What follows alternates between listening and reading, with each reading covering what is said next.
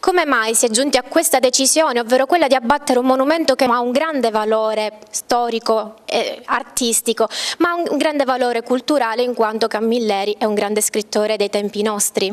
Allora, certamente il fatto che si sia divenuto all'abbattimento è un dispiacere, perché ogni volta che si abbatte qualcosa c'è il senso della memoria che va, insomma queste cose così.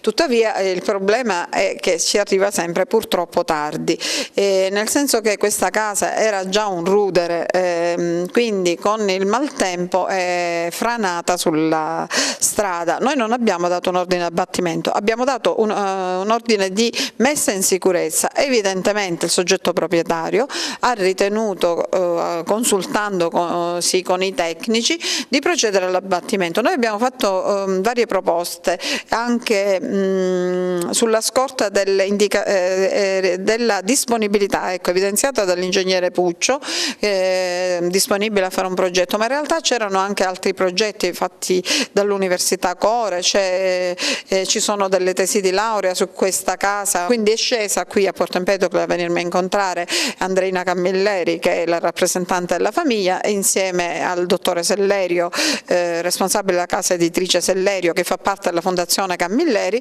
per vedere che prospettive di rilancio dare appunto a questa fondazione, che ha come finalità proprio la valorizzazione, la promozione culturale eccetera, relativa prendendo spunto appunto dalla figura di Andrea Camilleri e delle sue opere. L'abbattimento senza la possibilità di ricostruzione già pesa, però intanto non è stata abbattuta tutta, ma la parte superiore dovevamo togliere le macerie per vedere se e in che condizione fosse il primo piano, posto che anche lì mi parlano di una friabilità della base di questa casa, per cui ci vorrebbero interventi massicci e molto costosi. Ma non sarebbe stato più auspicabile fare una raccolta fondi? Questo edificio era destinato del resto ad un museo, un luogo di cultura. Molti cittadini sono veramente entrati in fermento, molti fan dello stesso Camilleri, anche la famiglia come mai non ha portato avanti un progetto, una raccolta fondi per poter recuperare questa struttura appunto già cadente. Come mai appunto? Perché non creare una raccolta fondi? Perché non provvedere alla ricostruzione? Poi del resto sarebbe stato del tutto assurdo se per esempio la casa di Pirandello, noto premio Nobel conosciuto in tutto il mondo e fa conoscere Agrigento e Porto Empedocle in tutto il mondo, fosse stata abbattuta, quindi potrebbe essere abbastanza paragonabile la cosa.